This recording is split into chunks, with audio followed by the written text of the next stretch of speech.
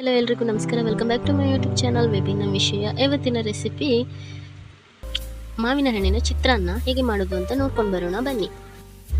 ಮೊದಲಿಗೆ ನಾನಿಲ್ಲಿ ಒಂದು ಪಾತ್ರೆಗೆ ಸ್ವಲ್ಪ ಎಣ್ಣೆಯನ್ನು ಹಾಕೊಳ್ತಾ ಇದ್ದೇನೆ. ನಾನಿಲ್ಲಿ ತೆಂಗಿನ ಎಣ್ಣೆಯನ್ನು ಹಾಕೊಳ್ತಾ ಇದ್ದೇನೆ. 2 ರಿಂದ 3 ಸ್ಪೂನ್ ಆಗುವಷ್ಟು ತೆಂಗಿನ ಎಣ್ಣೆಯನ್ನು ಹಾಕ್ತಿದ್ದೇನೆ. ನಂತರ ಒಂದು ಅರ್ಧ ಸ್ಪೂನ್ ಆಗುವಷ್ಟು ಸಾಸಿವೆಯನ್ನು ಹಾಕ್ತಾ ಇದ್ದೇನೆ.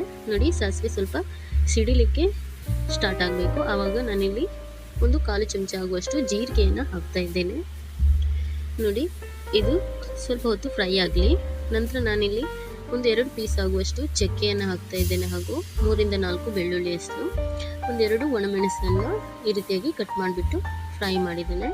ನೋಡಿ, ಹಸಿಮೆಣಸು ಆಪ್ಷನಲ್, ಖಾರ ಜಾಸ್ತಿ ಬೇಕು ಅಂದವರು ಹಸಿಮೆಣಸನ್ನು ಹಾಕ್ಕೊಳ್ಬೋದು. ನಾನಿಲ್ಲಿ 2 ಹಸಿಮೆಣಸನ್ನು ಹಾಕ್ಕೊಳ್ತಾ ಇದ್ದೇನೆ. ನೋಡಿ, ಇವೆಲ್ಲವನ್ನು ಸ್ವಲ್ಪ ಹೊತ್ತು ಚೆನ್ನಾಗಿ ಎಣ್ಣೆಯಲ್ಲಿ ಫ್ರೈ ಮಾಡ್ಕೊಳ್ಳೋಣ. ನಂತರ ನಾನಿಲ್ಲಿ ಸ್ವಲ್ಪ ಬೇವಿನ ಸೊಪ್ಪನ್ನು ಹಾಕ್ತಾ ಇದ್ದೇನೆ. ನೋಡಿ, ಬೇವಿನ ಸೊಪ್ಪು ರೋಸ್ಟ್ ಆಗುವವರೆಗೂ ಫ್ರೈ ಮಾಡ್ಕೊಳ್ಳೋಣ.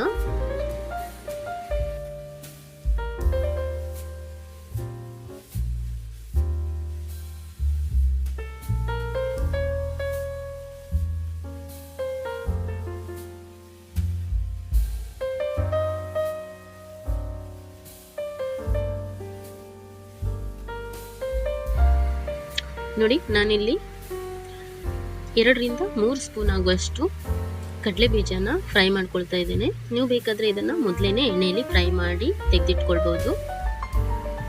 ನೋಡಿ, ಇವಾಗ ಕಡಲೆ ಬೀಜ ಚೆನ್ನಾಗಿ ರೋಸ್ಟ್ ಆಗಿದೆ. ನಂತರ ನಾನಿಲ್ಲಿ ಒಂದು ಈರುಳ್ಳಿಯನ್ನು ಚಿಕ್ಕದಾಗಿ ಕಟ್ ಮಾಡಿ ಇಟ್ಕೊಂಡಿದ್ದೇನೆ. ಅದನ್ನು ಚೆನ್ನಾಗಿ ಫ್ರೈ ಮಾಡ್ಕೊಳ್ಳೋಣ. ನೋಡಿ, ನಾನಿಲ್ಲಿ ಉದ್ದಿನ ಬೇಳೆಯನ್ನು ಹಾಕ್ತಾ ಇದ್ದೇನೆ.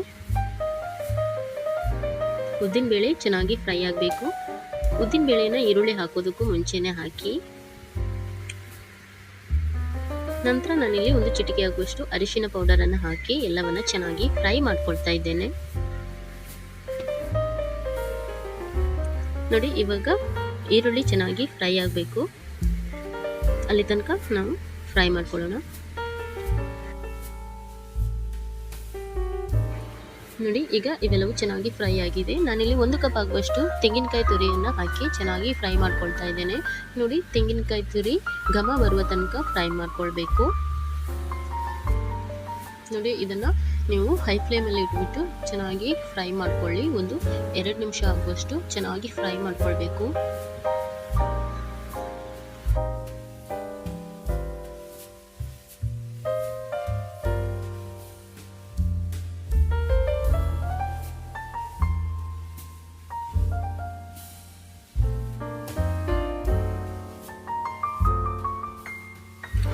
ನೋಡಿ, ನಾನಿಲ್ಲಿ ರುಚಿಗೆ ಎಷ್ಟು ಬೇಕೋ ಅಷ್ಟು ಉಪ್ಪನ್ನು ಹಾಕ್ತಾ ಇದ್ದೇನೆ. ನಾನು ಅನ್ನವನ್ನು ಮಾಡ್ಕೊಳ್ಳುವಾಗ ಉಪ್ಪನ್ನು ಹಾಕಿ ಅನ್ನವನ್ನು ಮಾಡಿದ್ದೇನೆ. ಸೊ ಸ್ವಲ್ಪ ರುಚಿಗೆ ಎಷ್ಟು ಬೇಕೋ ಅಷ್ಟೇ ಉಪ್ಪನ್ನು ಹಾಕ್ಕೊಳ್ತಾ ಇದ್ದೇನೆ.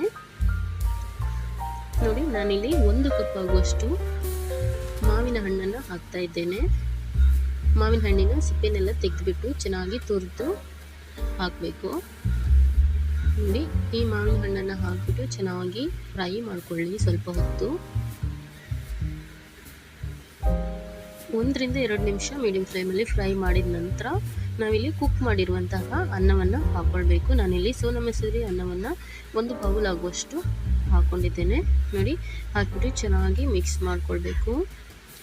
1-2 ನಿಮಿಷ ಈ ರೀತಿ ಮಿಕ್ಸ್ ಮಾಡಿಬಿಟ್ಟು ಬೇಯಿಸಿದರೆ ಮುಗೀತು. ನೋಡಿ, ಎಲ್ಲ ಮುಗಿದ ನಂತರ ಲಾಸ್ಟಲ್ಲಿ ಕೊತ್ತಂಬರಿ ಸೊಪ್ಪನ್ನು ಈ ರೀತಿಯಾಗಿ ಉದುರಿಸಿಬಿಟ್ರೆ ನಮ್ಮ ಮಾವಿನ ಹಣ್ಣಿನ ಚಿತ್ರಾನ್ನ ರೆಡಿ ಆಗ್ತದೆ.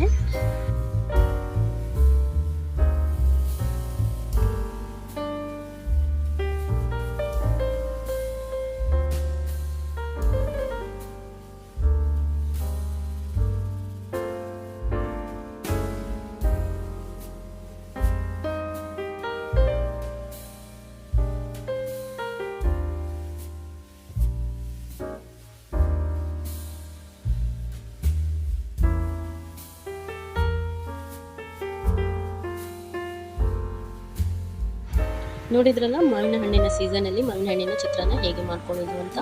ನನ್ನ ಈ ರೆಸಿಪಿ ನಿಮಗೆ ಇಷ್ಟವಾದಲ್ಲಿ ವಿಡಿಯೋನ ಲೈಕ್ ಮಾಡಿ, ಶೇರ್ ಮಾಡಿ, ಸಬ್ಸ್ಕ್ರೈಬ್ ಮಾಡಿ.